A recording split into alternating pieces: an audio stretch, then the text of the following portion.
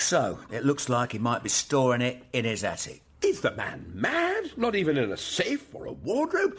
I mean, I myself have a closet with a lock so strong no man could break into it or out of it. But the attic? You actually went into the house, Jerry? Nah, too risky. This bloke always seems to be mooching about, which ain't ideal. But in terms of real security, he hasn't got no alarms or nothing. There's no dogs. Morning, guys. Oh, hello. Sorry, didn't mean to interrupt. Not at all, Thomas. Come on in and meet my good friend, no, my great friend, Jerry. Pleased to meet you. Hi. So how do you and Peter know each other? Oh, Jerry and I go way back, way back. We actually met on a job, didn't we, Peter? Yes, my wife originally hired Jerry to follow me around for a few weeks. I'm sorry? He's a private detective, Tom. Keep up. A bloodhound, a gumshoe, a secret dick, the best there is. Steady on, Peter. No, Tom, I was a copper. Then a bent copper. And then I got into the private eye game. But I don't do so much anymore. Had to retire a few years ago when a job got me into trouble with my former employers, if you know what I mean. Not really. Anyway, when Jerry eventually confronted me in a lovely little basement bar in Soho... And Peter bought me many a drink. Oh, we got on famously, and we've been bosom buddies ever since. We speak on the blower about once a year. That's a telephone, Tom. So what brings you to Plum House, Jerry? Just popping in to say hello, or...? Peter's actually asked me for a bit of help, so I thought I'd come out of retirement for one last job. Right. And what exactly is that job, Peter? Nothing major, Tom. Just breaking into somebody's house and stealing a valuable artefact. What? Cinnamon bun, Jerry. Plum House by Ben Cottam and Paul McKenna. Episode 2. Thief Encounter.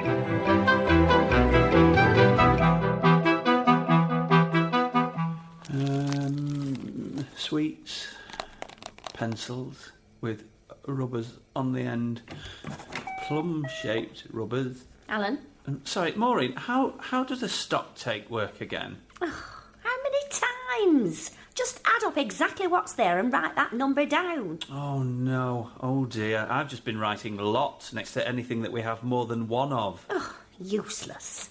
Although I don't really know why we're bothering, Alan. We haven't sold anything since the last stock take. And to add insult to injury, this morning my blinking tape player broke. Can I have a go at fixing that instead? Or maybe I can do it this evening if I get it. Oh, this evening. No. What? I forgot I'm having the night off. The man who works 120 hours a week? My friend Bill's giving a talk at the Scout Hut tonight. It's on the history of microlight aircraft, and I don't want to go. Then don't go. But Bill says he needs an audience. Although, is it an audience if it's just me? His last talk on narrow-gauge railways was all right, I suppose. Well, I was asleep in 5 minutes, which was nice. You know me, Maureen. I enjoy a steam train, but I've no interest in solo-powered flight. Oh, can't you get out of it in some other way? No, he comes and picks me up now. Ever since I hid in that barrel to avoid his talk on the dangers of woodworm and windmill restoration. Maureen, are we expecting any visitors today? No, I shouldn't think so. I haven't had one in weeks. Peter's even scared the postman away because he keeps making him go on tours of the museum. Well, that's what I thought. But it sounds like the lads are talking to someone new in Peter's office. Ooh, I wonder who it can be. And I wonder if they want to buy something. Oh, can I come? Oh, stay here, you, and finish your counting. And no more biro chewing. 1 paperclip. 2 paper clips. Just lots of paper clips.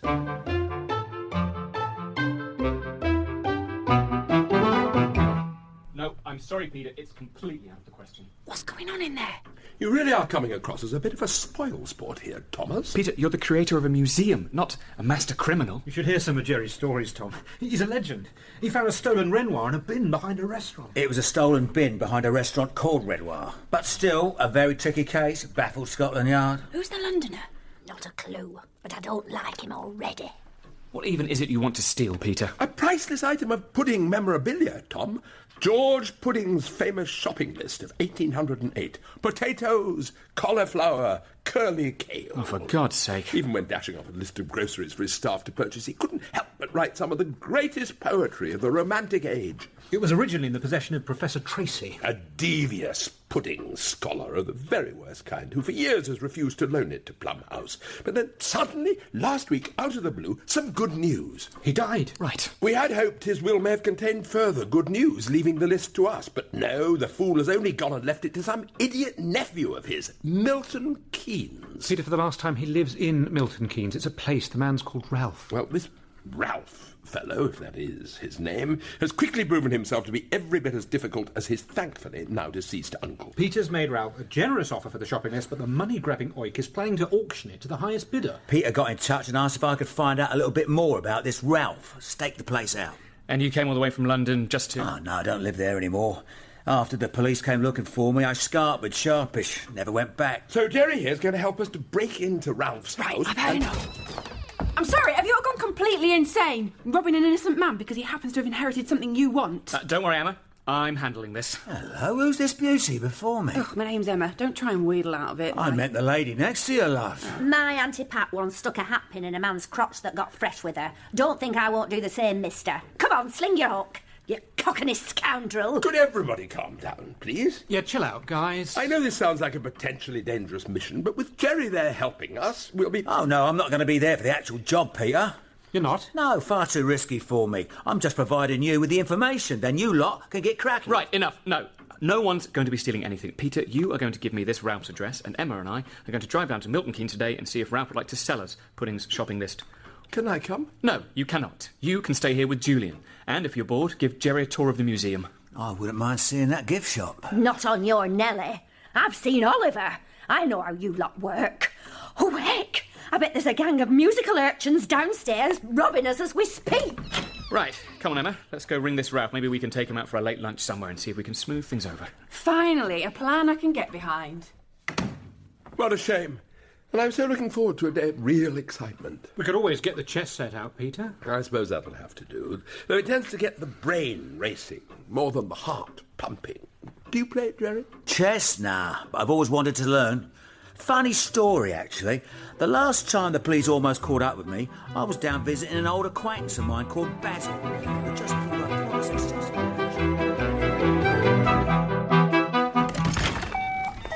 Alan, what's the worst thing that could possibly happen? A big group of ladies kidnap me and stroke my hair and make me eat custard till I'm sick. What? That happened to me once after Sunday school. I've never got over it. There's a sneaky southerner in Plum House. What? From Lancaster? Even further south than that.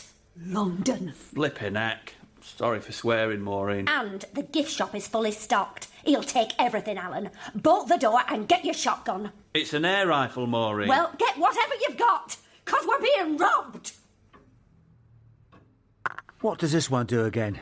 It's called the Knight, Jerry, and it can either go 2 forward and 1 to the side. Or 1 forward and 2 to the side. We knights are a cunning bunch. Very useful in certain situations. Check. Is that the right word? No, check is when you have my king. That's actually checkmate, Jerry. Think I've got the hang of this old game now, so I might just go for a little wander instead. Bit peckish, actually. We've still got those cinnamon buns, Jerry. Well, quite fancy something warm, you know. So, which way is it to the gift shop and that Maureen lady again? Just down the stairs and to the left. But be careful, her bite is every bit as bad as her bark. Don't you worry about me. I'm tougher than I look.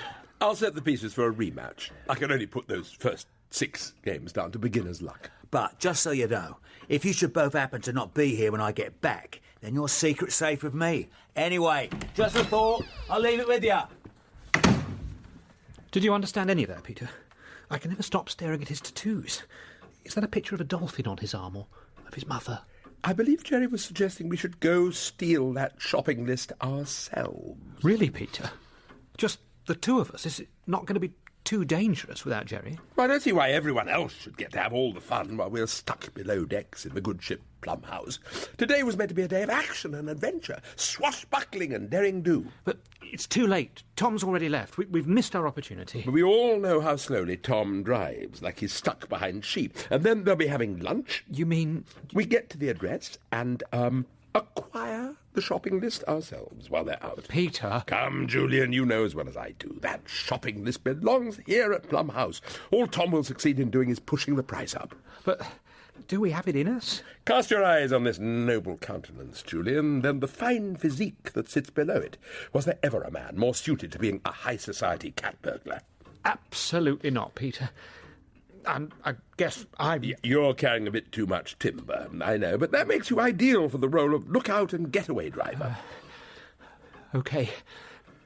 I'm in. Now, sneak downstairs and fire up the Morris Minor. I'll pack some essential equipment, and, oh, we mustn't forget those cinnamon buns. Hello? I think this is him. Ready yourself, Alan. I couldn't find my air rifle, so I've got that water pistol that I used for chasing away that naughty peacock. Oh, bloody hell, Alan. Some use you are. Maureen! We're closed. Well, your museum's over. Let me finish. We're closed to thieves. Oh, come on, don't judge a book by its cover. And I'm not going nowhere. What if I need to go to the loo? You'll have to let me in then. Fine. Cover me, Alan. Oh, crumbs. I've forgotten to put any water in this pistol. Ah, and the trigger's come off. I'm watching you, like a hawk. And I know how a hawk watches someone because I've seen one at Westmoreland County Show. So keep your hands behind your back. But if my hands are behind my back, then how can I give you these? Oh, they're nice flowers. Probably pinched straight from the garden. Oh, come on. I'm not such a bad guy, really. I'm a former policeman. I bet you say that to all the old dears before you bash 'em in and go to the post office with their pension books. Listen, Maureen, I'm just a regular bloke. I like long walks on the beach, meatloaf, the game show Pointless. Right. Well, I do also happen to think Meatloaf's very underrated. And Pointless is obviously the best show on telly. But I don't like that walks on the beach rubbish. All that sand going in your socks, then in your car. Oh, not for me. Alan, the kettle on, if you please. He's not allowed to use the kettle unaccompanied. Not allowed. Now, are you buying something or not? How much would this get me?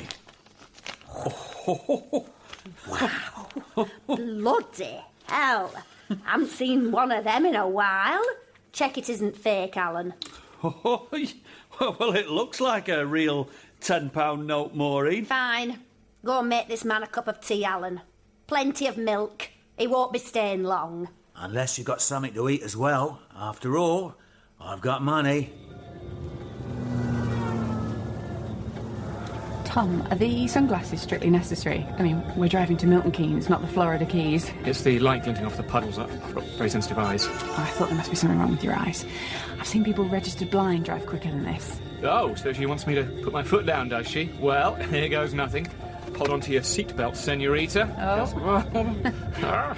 Whoa. Oh. Is that all right? You're doing 43. Well, it is a 40-mile-an-hour speed zone, so technically still illegal. Oh, tune. Oh, God, he does love this song.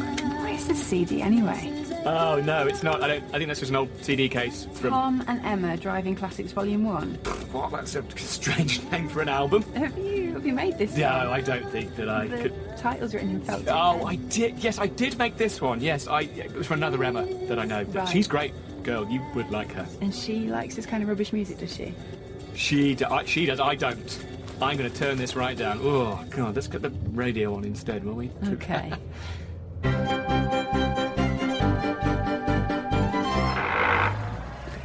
Can you please be a little more careful when changing my car's gears, Julian? Well, you never learnt to drive your own car. Are you sure we're going the right way? Yes, yes. Though I must say it's become a little harder to read the map since I slipped this over my head. Oh, is that... It's a stocking, Julian, to disguise my identity. Where did you... Is that your wife's? Yes, that sounds like a sensible explanation. There's one for you, too. I've cut a pair in half. Quite the sacrifice. I think I'll be all right, Peter. I must say, what one loses in visibility, one really gains in silkiness. I might start wearing a stocking on my face in important meetings with the trustees. Gosh, just feel that. Let me put it on for you. I am driving! Oh, Julian, I really would cover your face if I were you, in case it gets a bit nasty. Why would it get a bit nasty? I brought this along as backup. You used one before. Jesus, Peter! I mean, technically it's a cavalryman's sword, but it ought to be equally effective on the ground. Old Grandpapa won the BC at Mafeking with this, so it must be a decent bit of kit. Peter, steady on. I really don't think this is a sword kind of afternoon. Oh, I quite agree. That's why I brought this, too. What? George Pudding's old pepperbox revolver. Peter! Made in Birmingham, like all the best firearms. God, be careful with that. Oh, yes, you must. It's in a rather obscure caliber, see? Don't point it at me. There's only 3 bullets left. It'd be a shame to fire it, really. We are not firing any guns. You see, the caliber was never properly adopted, as there were concerns that it was... Wowzers. A little unsafe. Peter, for God's sake, Peter. Oh, yeah, 2 bullets left. We shall have to change the description card in the display case. Just put it down, Peter. Put it down. Is it me, or is there a sudden draft in this motor car? You just fired a bullet through the windscreen. Julian, don't get bogged down in the minutiae of life, old chap. Just drive like the wind to Milton Keynes, if indeed that is a place.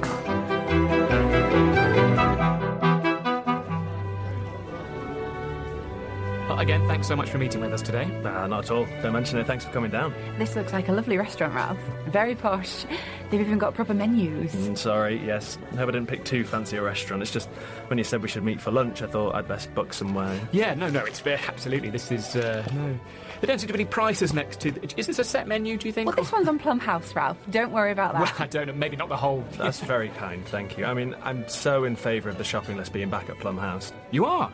But only our curator made it sound Is like... that Peter Knight character? I'm afraid so. Well, he rang me the day after I inherited the shopping list. And I was on the verge of suggesting a permanent loan when he started saying such rude, spiteful things about my uncle that I'm afraid it really put my back up a bit. Yeah, of course. But, I mean, we hadn't even had the funeral, and Peter threatened to come and play, and I quote, very jolly music on his trombone right by the graveside. God, I'm so sorry. Oh, hello.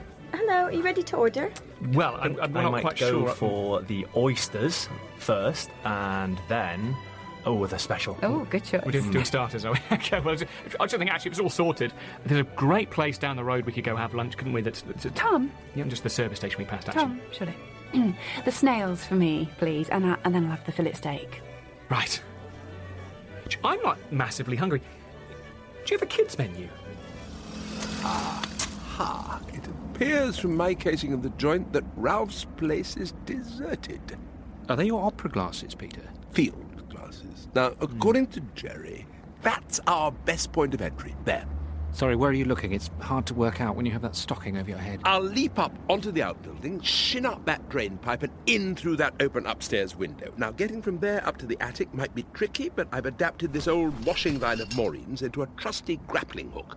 I'm not sure, Peter. I've got a bad feeling about this. Nonsense, Julian. As they say on the hit parade, time to rock and roll. Watch me clear the fence in 1 bound. Ooh. I might need a little leg up, old chap.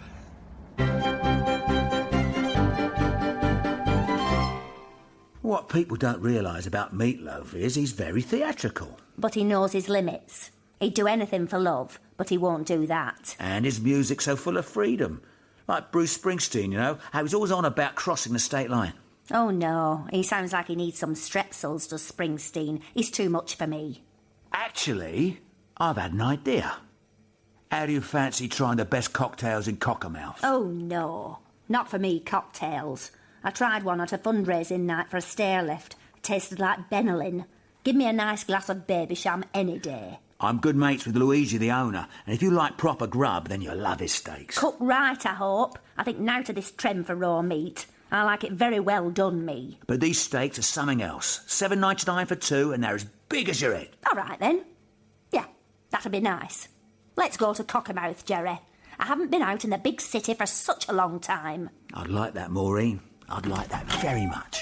I've had a look at your cassette player, Maureen. Little bit of isopropyl alcohol on the tape heads, good as new. Bush machines were always rather prone to demagnetising, see? Oh, Alan, you're a star.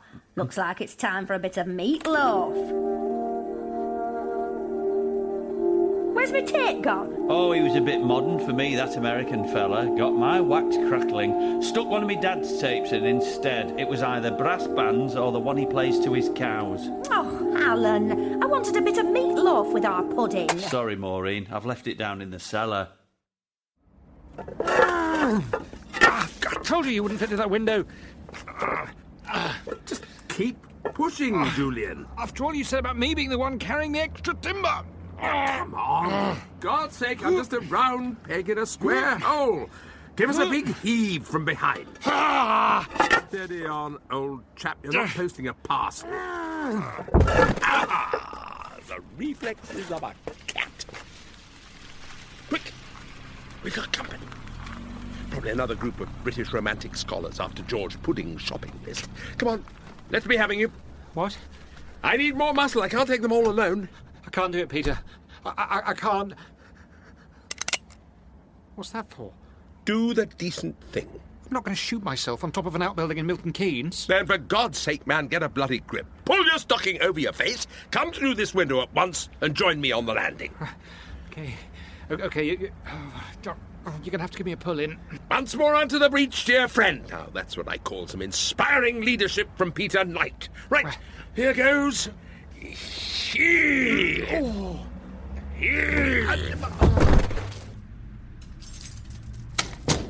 Now, let me go and get the shopping list for you. Not at all, Ralph. Thank you for picking such a nice restaurant. Yes, I didn't even know they had a Michelin-starred restaurant in Milton Keynes.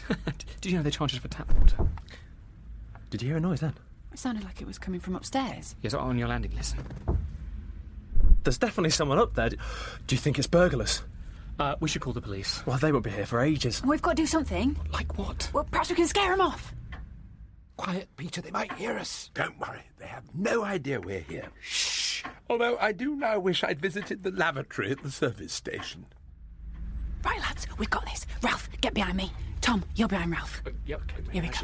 We could put the heating up and sort of sweat them out, maybe. Tom, you can hold Ralph's hand if you need to. Right, here we go. Ready? 1, 2, 3. Julian, they found us. Run one of them through with your sword. I'm sorry, Peter, I can't do it. I'm going to lock myself in the bathroom.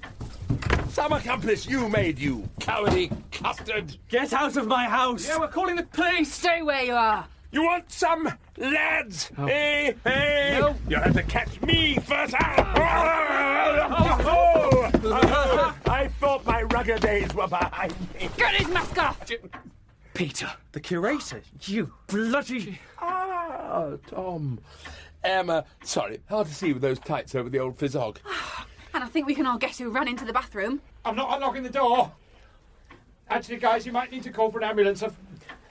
I've tripped over the bidet and I've really hurt my ankle. So, funnily enough, although it says Bush on the front of the tape recorder, many of its internal workings are actually made by Alba. Believe it or not, the tape heads are licensed from Philips and made for them by Grundig in a factory in Turkey. It's funny, isn't it? How's that pudding coming along, Maureen? I'm just making the custard. I'm boring you, aren't I?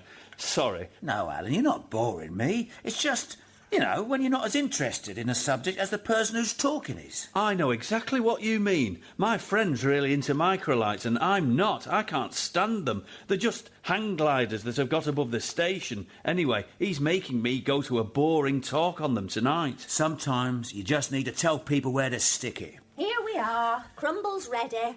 There's a little bowl for you as well, Alan. Oh, no, not for me. I'm not one for exotic foods. I gave him a Muller corner once. He had to pick all the chocolate bowls out. I think I might just have to go out and get some fresh air, Maureen. That smell of custard's reminding me of Sunday school again.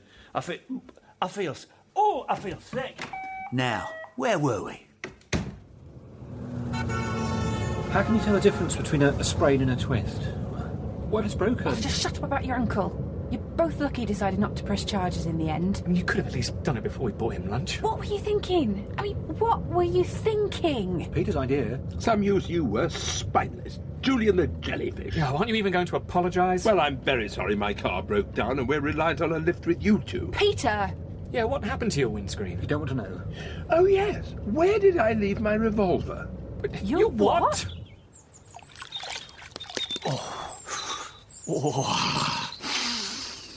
Oh, I've said it before and I'll say it again. There is nothing like washing your face in a bird bath.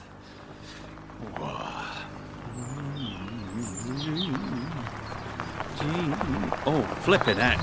It's old Bill. Out of the custard pan and into the fire. So I'll come and pick you up around 6. Could we make it a bit later? I'd like to watch Pointless first before I get ready. Old Bill's here. Everybody hide. Old Bill? Where? Coming down the drive. I'm going back down the cellar. Lock me in. Maureen, I've got to go. They found me. Wait. I'm sorry, I don't have time to explain. Cockermouth will have to wait. When are you coming back? I can't, it's too risky. I've got to go further north. Dumfries and Galloway, maybe. Cross the state line like Springsteen. I always was more into meatloaf. I'm just going to get a few supplies. You know, for the journey, for the road. Well, whatever you need. Yeah. I'll have this stick of rock. Thanks, Maureen. So that's 1 stick of rock Oh, and you had the cheese and onion pie. Yeah. Crumble, Hurry it up a bit, custard. Maureen. Oh, and a brew too. Right. That'll be $7.98. Yeah, well, take it out that tenner. They've probably got the whole museum surrounded. Goodbye, Maureen! Oh, Maureen, what a bloody fool you've been.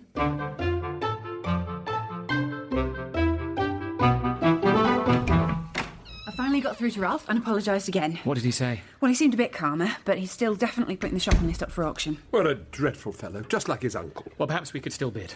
Yeah, but using Julian and Peter's own money. Steady on. Julian's right. I'm afraid that list will fetch mucho moolah. Ooh, how much are we talking? An absolute fortune, probably as much as, I don't know, maybe 30? 1,000? Pounds? 30 quid. You drove to Milton Keynes to steal a shopping list worth £30. Ralph had turned down Peter's very reasonable original offer. I wasn't going above £12.50 for any man. I mean, it is only a shopping list after all. I just do not believe this. I mean, our petrol alone must have cost Well, us... forget the petrol. That lunch cost nearly 200 quid. And don't forget, we still have to recover my dear old Morris Minor. Has someone telephoned a garage? Oh, and Jerry, don't forget Jerry. Oh, why, we mustn't forget Jerry's consultancy fees. Where is Jerry?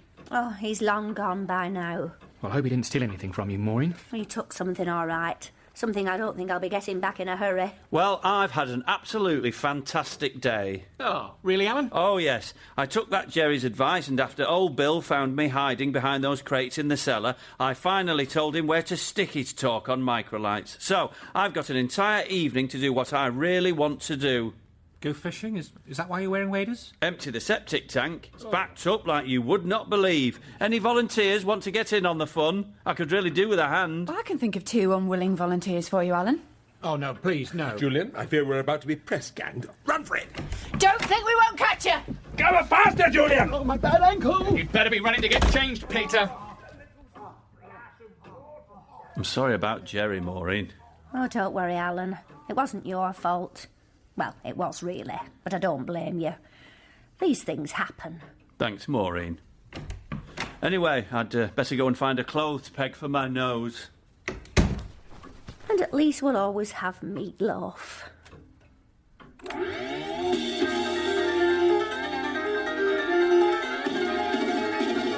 Oh, bloody hell. Alan! The machine's gone again! Plum House was written by Ben Cottam and Paul McKenna. It starred Simon Callow, Jane Horrocks and Miles Jupp, with Tom Bell, Piers Quigley and Louise Ford. Jerry was played by Danny Webb and Ralph by Ed Easton. It was produced by Sarah Cartwright and directed by Paul Schlesinger. It was a hat-trick production for BBC Radio 4.